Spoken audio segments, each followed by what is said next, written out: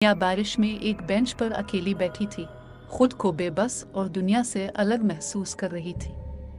इसकी आंखों से आंसू बह रहे थे जब एक अजनबी आया, उसके करीब आकर बोला, तुम जितनी मजबूत हो शायद तुम्हें अंदाज़ा नहीं। फिर उसने एक गर्म मफलर उसके कंधों पर रख दिया और खामोशी से चला गया। वो रात मियाँ ने मफलर को थामे रखा और उसकी गरमाइश ने उसे सुकून दिया। चंद दिन बाद उसने एक शौकीन बच्चे को कांपते हुए देखा और फौरन मफलर उसके गिर्द लपेट दिया।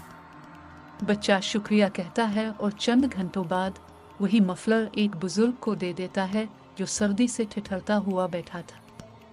एक हफ्ते बाद मियाँ अपने दरवाजे पर वही मफलर साफ और तहशदा देखती है। इसके साथ एक नोट था, गर्मी हमेशा लूट कर आती है। मियाँ की आंखों में आंसू थे, मगर ये आंसू गम के नहीं बल्कि इस बात की खुशी के थे कि दुनिया में मेहरबानी का दायरा मुकम्मल हो